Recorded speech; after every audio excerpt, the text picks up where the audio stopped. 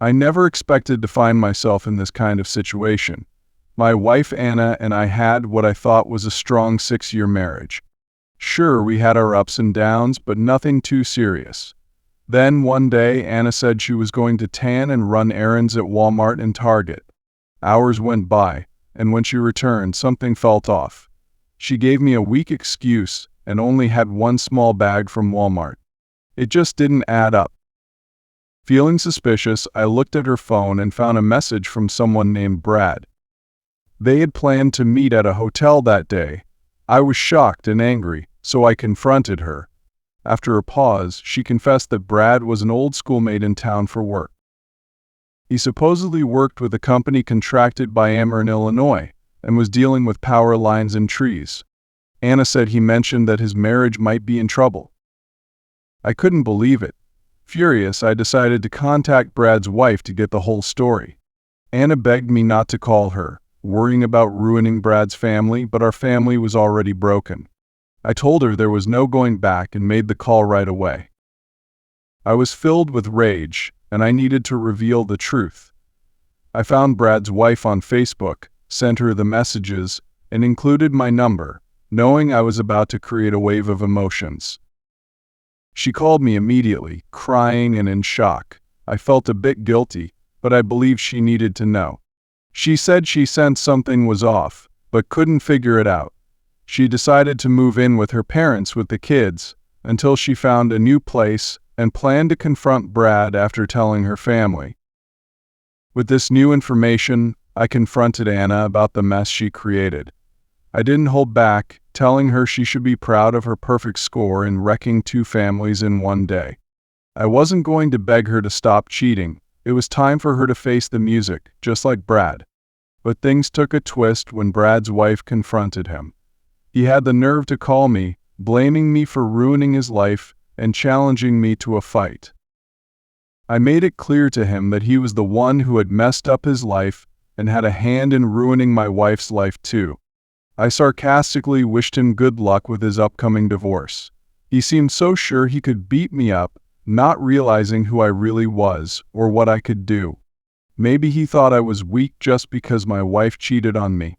But the truth is, anyone can find themselves in a tough spot, no matter how tough they appear.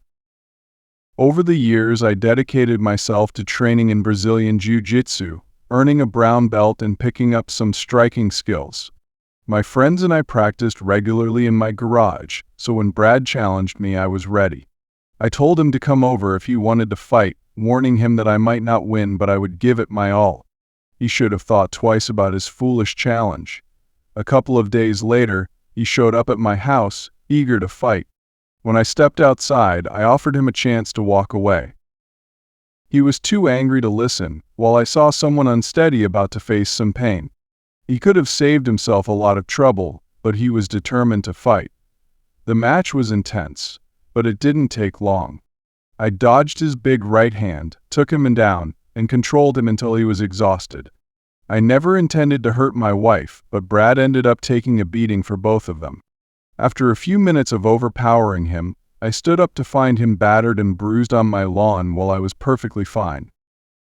I grabbed my phone and started live streaming on Facebook, sharing the whole story so everyone would know what happened. I introduced Brad and explained how he thought it was cool to meet my wife, leading to his divorce. I asked him how that worked out for him, and all he could do was crawl back to his car, looking foolish.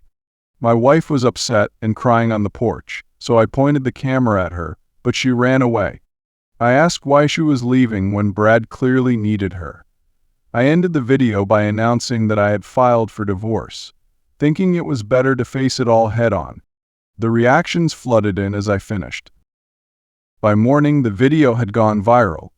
Brad not only faced losing his family, but had also become a joke across the region. He walked away with 2 black eyes and an injured ankle, clear reminders of his arrogance. Anna was completely embarrassed by everything, and I realized there was no going back, so I sent her packing that night.